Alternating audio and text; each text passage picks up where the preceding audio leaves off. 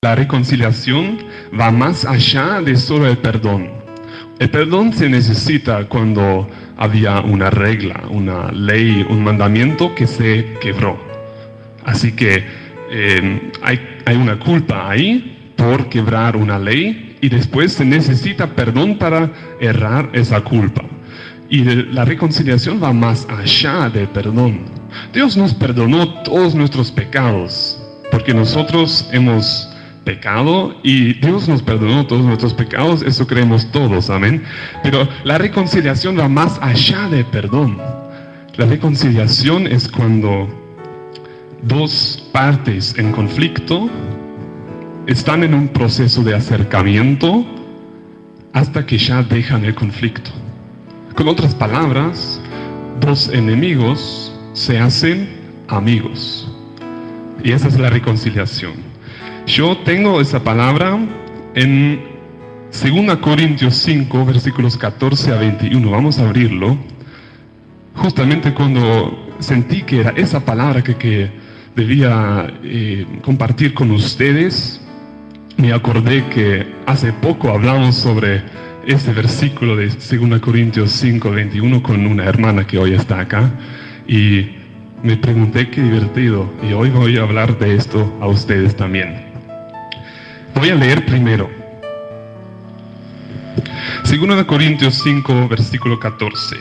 Porque el amor de Cristo nos impulsa, considerando esto, que uno murió por todos, por consiguiente, todos murieron.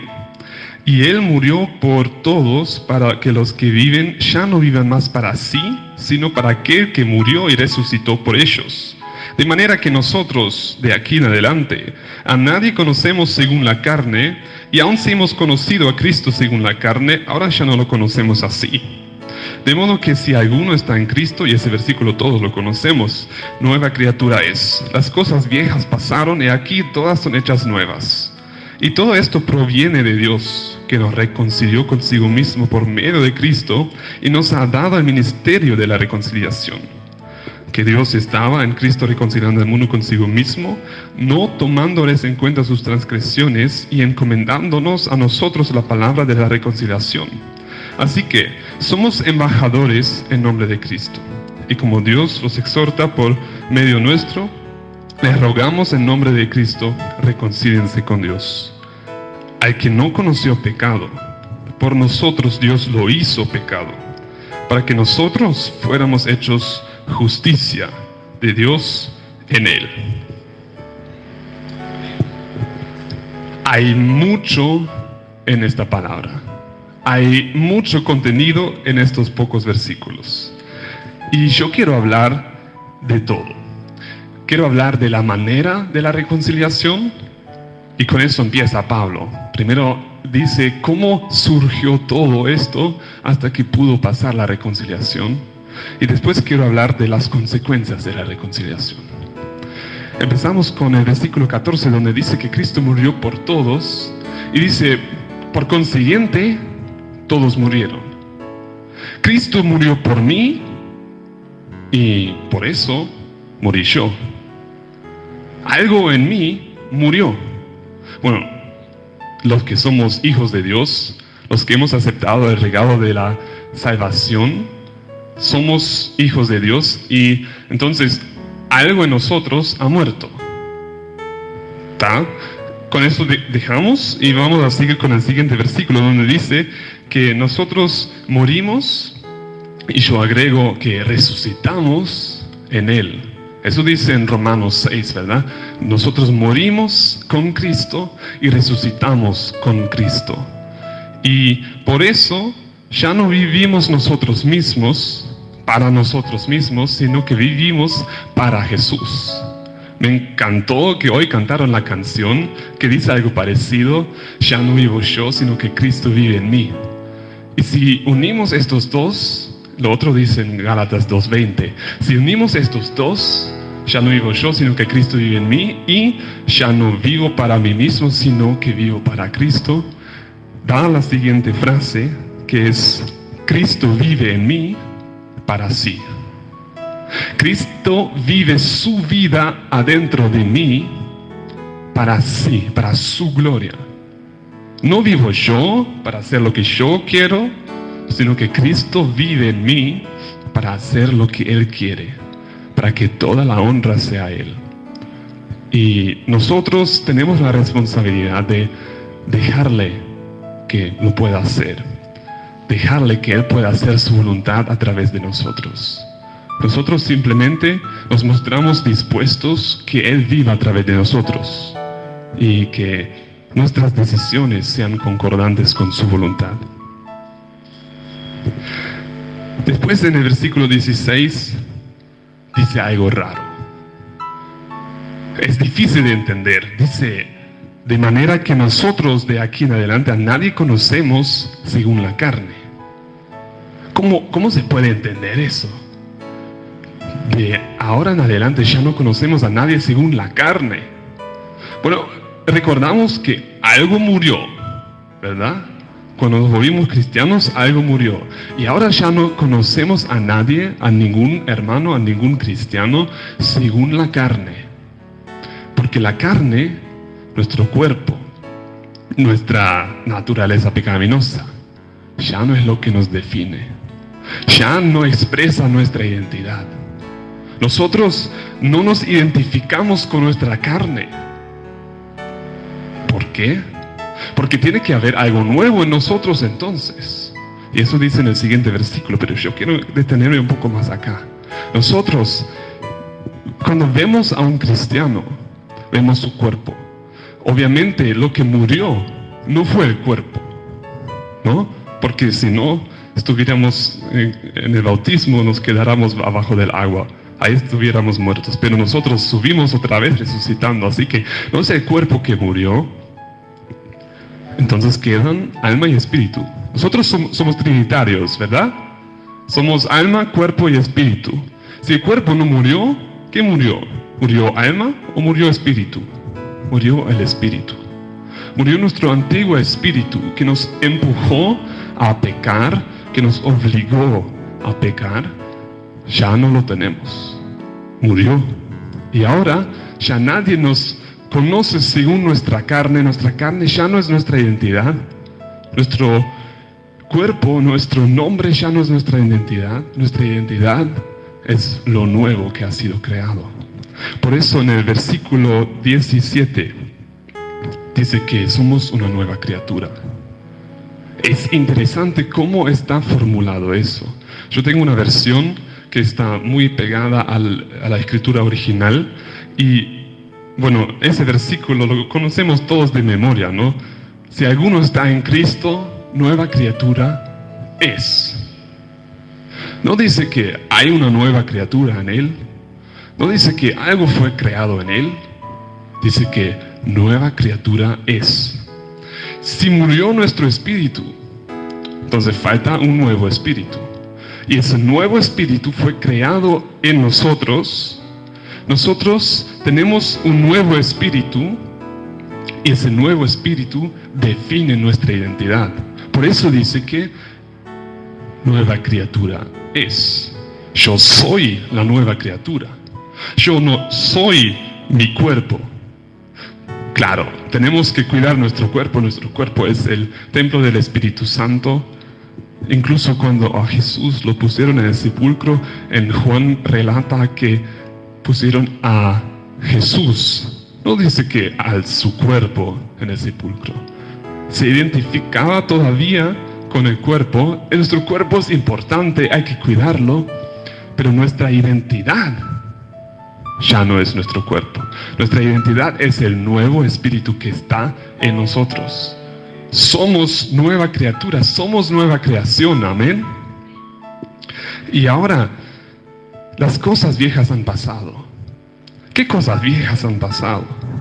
Las cosas viejas de nuestro espíritu antiguo han pasado, pero todavía queda nuestro cuerpo, queda nuestra alma. Imagínate que a los 26 años te convertiste y sos cristiano ahora.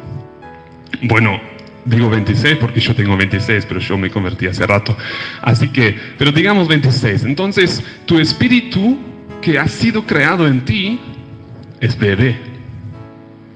Tu cuerpo sigue teniendo 26 años. Tu alma sigue teniendo 26 años. Pero tu espíritu necesita alimentación. Necesita que lo cuides. Si no, el alma y el cuerpo, que son mucho más grandes, lo van a ahorcar. Él necesita que le des libertad, que le des espacio para que pueda crecer, para que pueda madurar. Y eso, ¿cómo podemos alimentar al cuerpo y no al alma? Porque el alma también exige más y más. El alma quiere todo lo que quería todos estos 26 años. Sigue queriendo lo mismo. Pero nuestro espíritu quiere lo opuesto. Les digo por qué. Porque en el versículo 18 dice que todo esto proviene de Dios. No sé si entendieron bien. Tendrían que gritar de júbilo. Todo esto proviene de Dios. Lo nuevo que ha sido creado en mí proviene de Dios. El nuevo espíritu que mora en mí es de Dios. El espíritu es de Dios, es de naturaleza divina. Yo soy ese nuevo espíritu y eso, lo que soy, es de Dios. Nosotros somos de Dios, nosotros somos de naturaleza divina.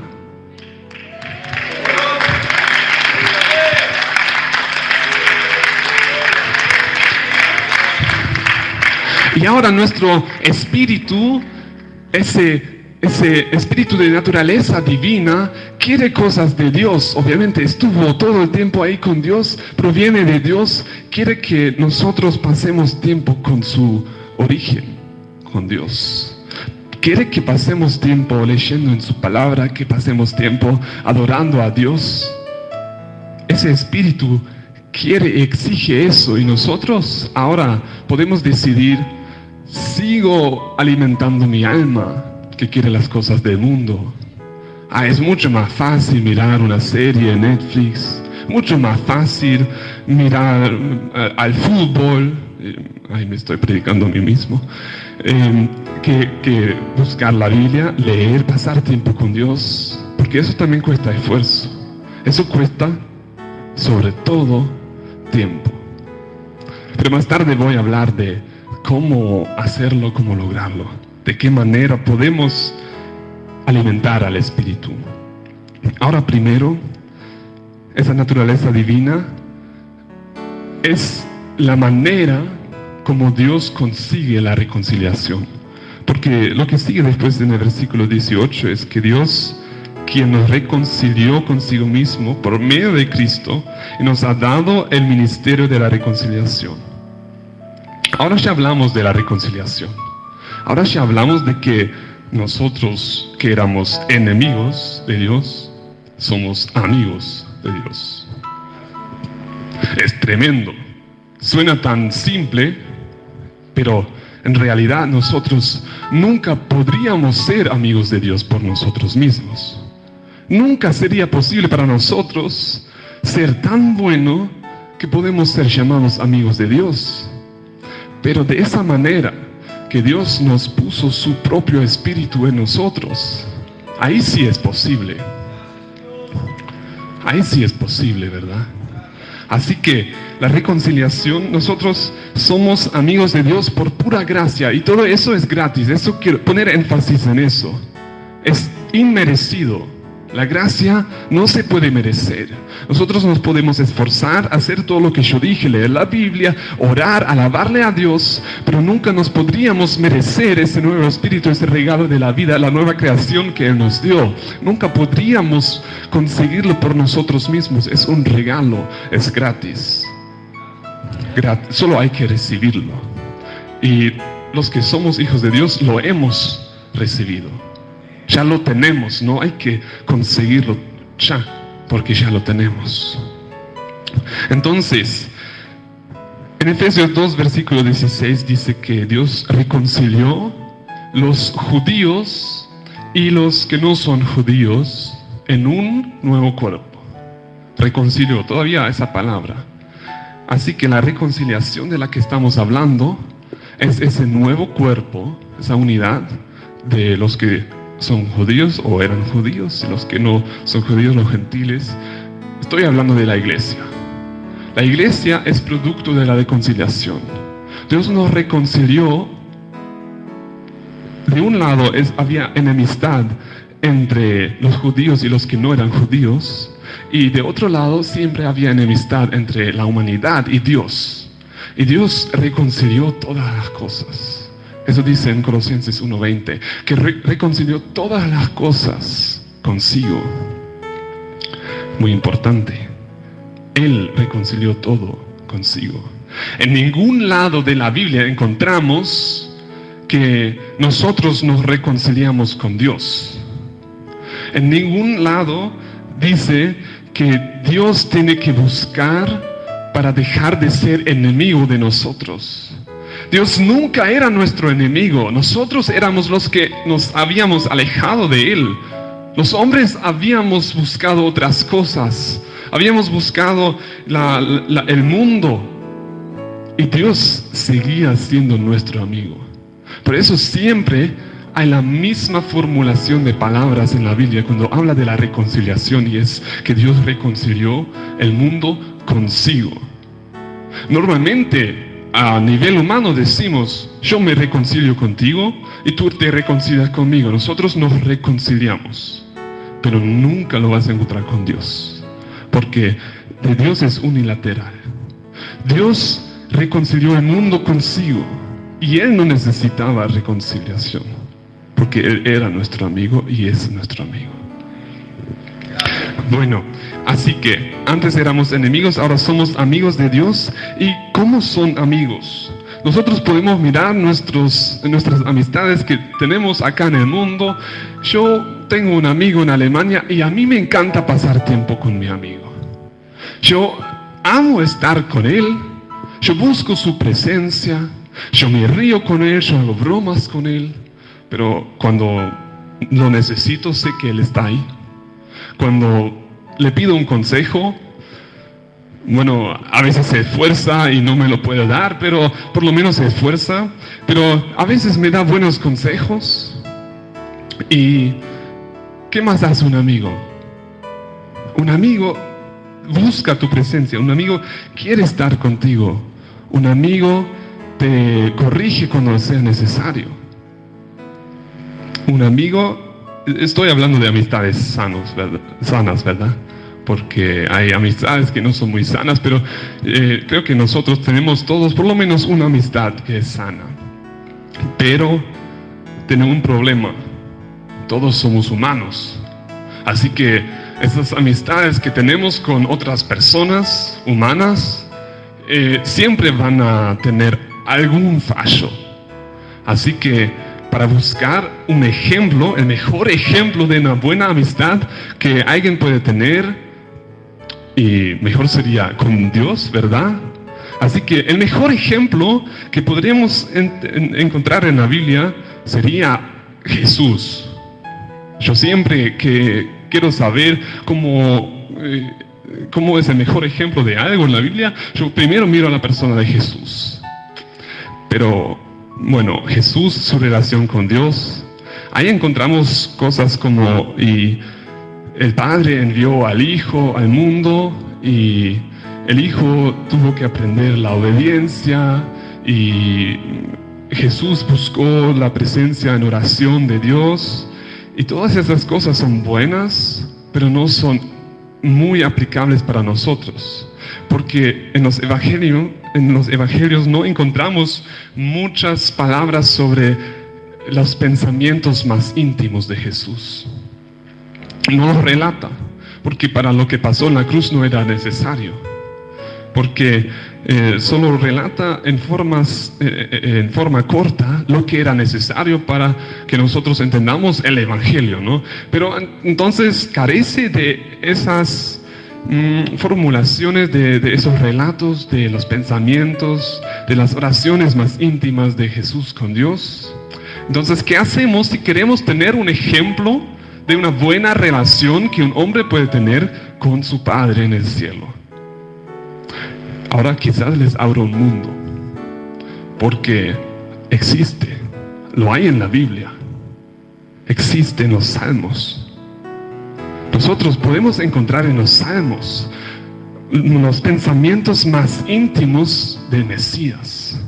No en todos los salmos, pero hay muchos salmos que fueron escritos proféticamente, profetizando el Mesías. El más famoso quizás es el Salmo 22, que empieza con: Dios mío, ¿por qué me has abandonado? Y ahí ya vemos que, bueno, pero ¿por qué escribe exactamente lo mismo que Jesús gritó en la cruz?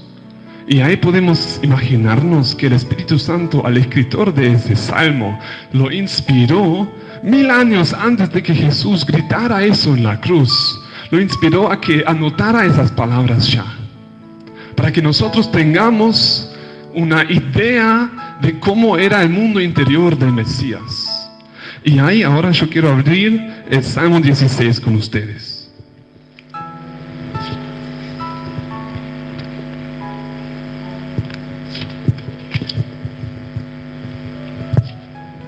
Porque el Salmo 16 es mesiánico. Yo les animo a que lean los salmos buscando a Jesús. El Salmo 2, el Salmo 8, Salmo 16, Salmo 22, 23, 24, 69, Salmo 110. Todos estos salmos son mesiánicos, que profetizan los pensamientos en el mundo interior de Jesús. Y ahora vamos a mirar por qué el Salmo 16 también es mesiánico, por qué habla de Jesús. Porque dicen en el principio es un mictam de David y no del Mesías. David lo escribió. Pero bueno, Pedro en Hechos 2 recita 3 versículos de ese Salmo. Lo tenemos ahí, perfecto. Recita los 3 versículos, los últimos 3, en Hechos 2, los versículos 25 a 28, y después dice, bueno, miren, acá el versículo 10, miren, ahí dice: pues no dejarás mi alma en el Seol, ni permitirás que tu santo vea, bueno, dice corrupción, pero la mejor palabra sería descomposición de mi cuerpo. Y Pedro lo dice en el sermón de Pentecostés a todos los judíos que estaban ahí, y les dijo: bueno, tenemos la tumba de David acá, está en Jerusalén, y si la abrimos podemos ver los huesos de David, o quizás ya no, porque se descompusieron. Así que si acá dice que no dejarás mi alma en el Seol y no permitirás que tu santo vea descomposición de su cuerpo, entonces no puede ser de David. Esas palabras David no las habló. El Espíritu Santo ahí en Hechos 2 le inspira a Pedro a que diga, y es muy lindo tener una interpretación del mismo Espíritu Santo de su propia palabra. Y dice que esas palabras, este salmo, es del Mesías. El Mesías mismo, Jesús es el Mesías.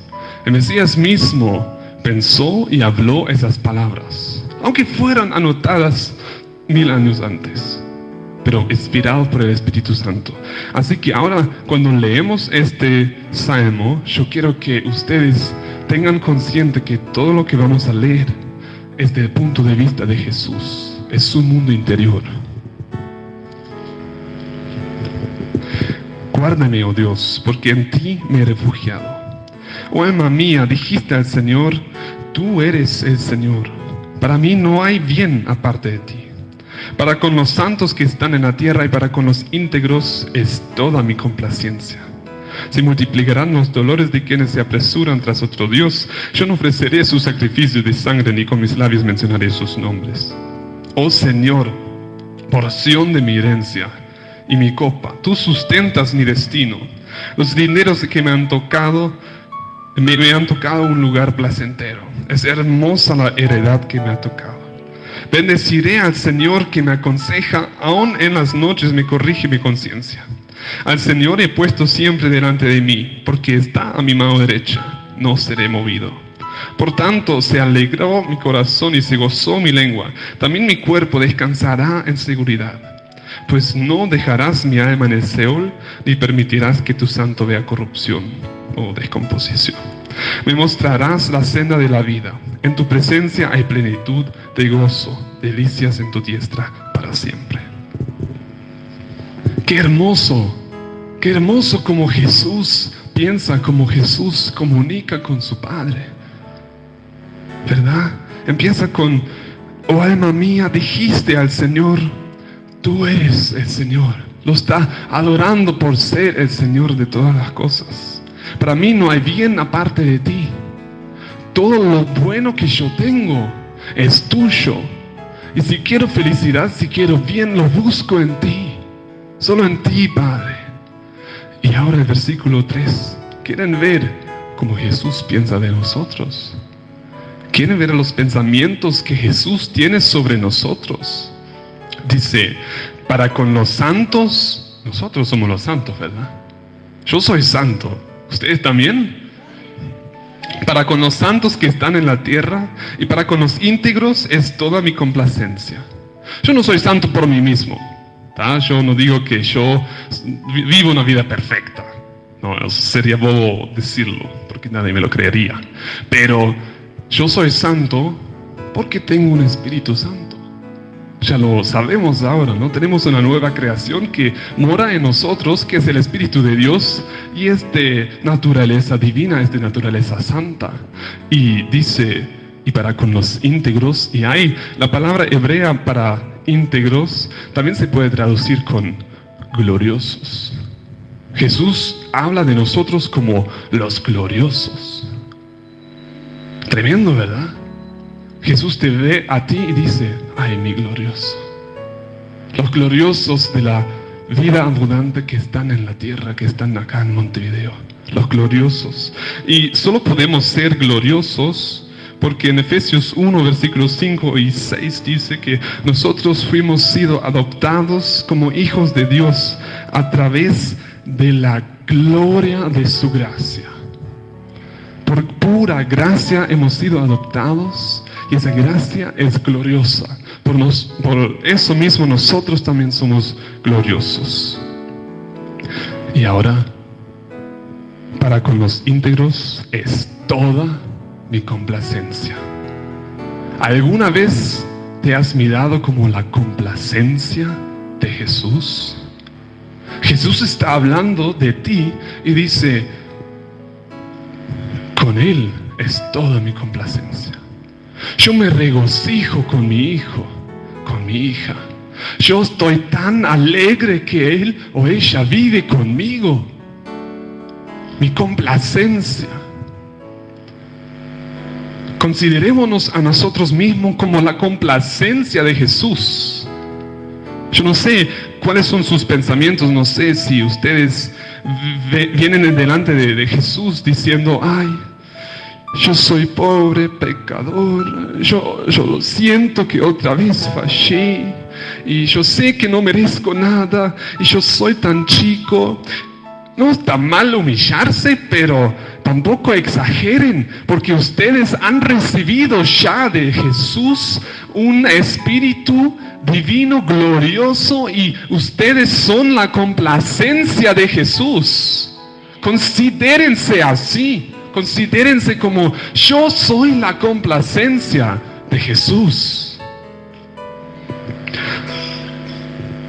En el versículo 5 y 6 habla de la herencia que Jesús recibirá cuando Él vendrá en gloria. Va a heredar todas las cosas, dice en Hebreos 1, versículo 2.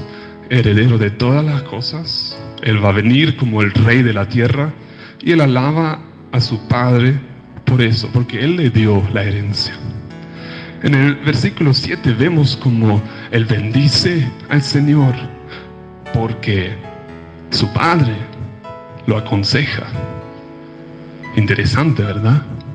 El Padre aconseja a Jesús, su Hijo, aunque Jesús también era Dios, pero como hombre acá en la tierra tenía límites. Vemos, por ejemplo, en Lucas 6, versículo 12, como Jesús se retira a una montaña alejada, pasa toda la noche orando, toda la noche. ¿Por qué? Porque el día siguiente tuvo que elegir los 12 discípulos, tuvo que llamarlos. Y para tomar esa decisión tan difícil, él tuvo que pasar toda la noche recibiendo consejos de su padre, para que se haga la voluntad del Padre y no la voluntad suya, como cuando está orando en el jardín Getsemaní. Bueno, seguimos con el versículo 8, donde dice que al Señor he puesto siempre delante de mí. Y yo desearía que lo pudiera decir de mi vida. Yo quisiera decir que, bueno, yo al Señor siempre he puesto delante de mí. Siempre, antes de todas las cosas, yo hago lo que le agrada a Dios. Pero lamentablemente no es así. Sigo siendo santo, sigo siendo de naturaleza divina, porque eso nadie me lo va a quitar. Pero eso no es lo que me define. Cuando yo pongo otras cosas delante de mí que no le agradan a Dios. Jesús era el único hombre que pudo decir al Señor, he puesto siempre delante de mí.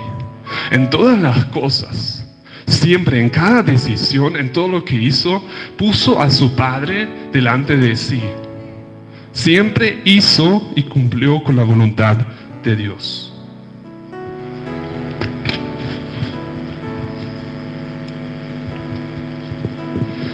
Y vemos que Él tiene seguridad. Él tiene seguridad de estar en la mano de Dios. Que la presencia de Dios no se va a quitar de Él. Y esa seguridad nosotros también podemos tener, ¿verdad? Y el versículo 9 me encanta. Porque habla de gozo. Habla de alegría. Habla de descanso. De seguridad. Y todo eso podemos encontrar en la presencia de Dios. Nos podemos gozar cuando pasamos tiempo con nuestro Padre. Nos podemos alegrar cuando estamos juntos con Jesús. Podemos descansar en sus manos. Y estamos seguros siempre cuando estamos con Él.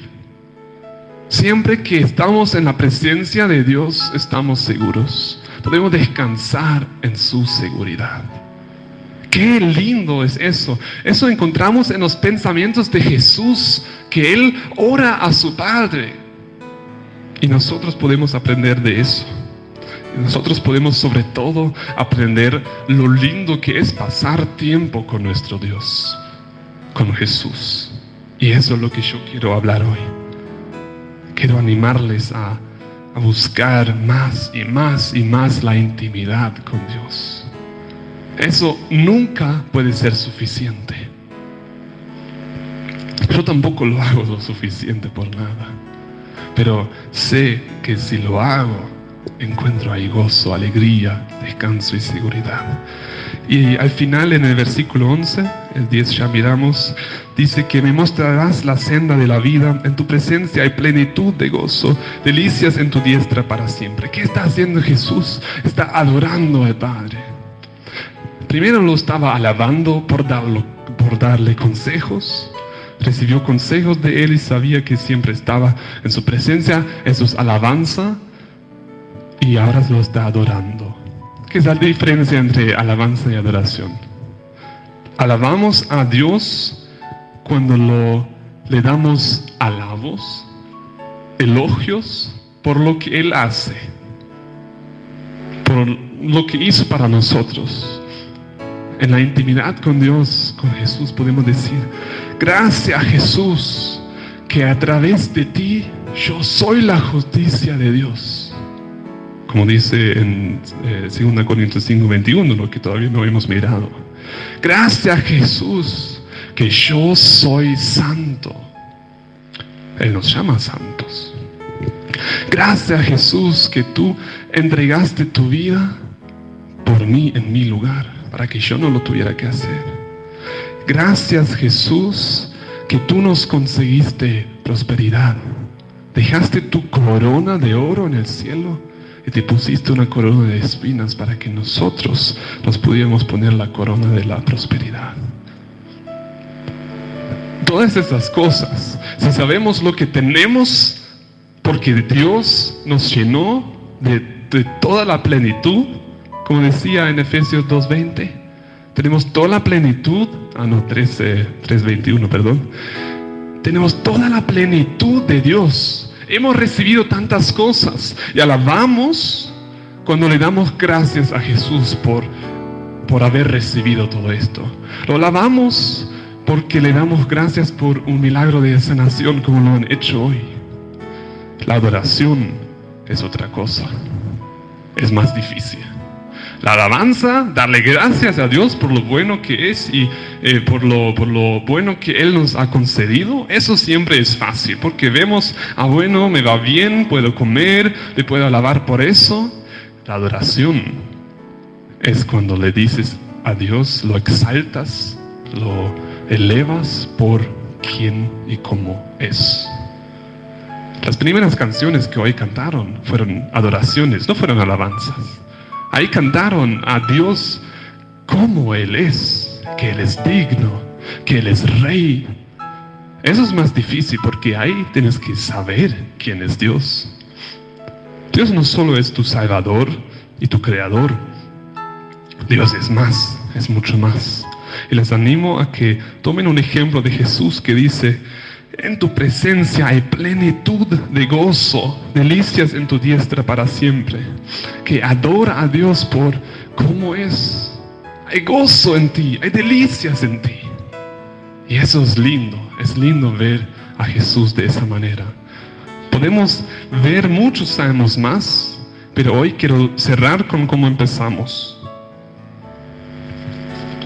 Quiero cerrar con el 2 Corintios 5.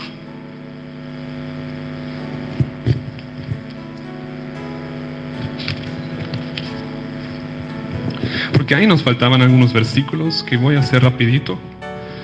Donde dice en el versículo 19 que nosotros hemos recibido el ministerio de la reconciliación. Yo hice toda esa excursión por ese Salmo 16 para mostrarnos cómo puede verse nuestra relación con Dios.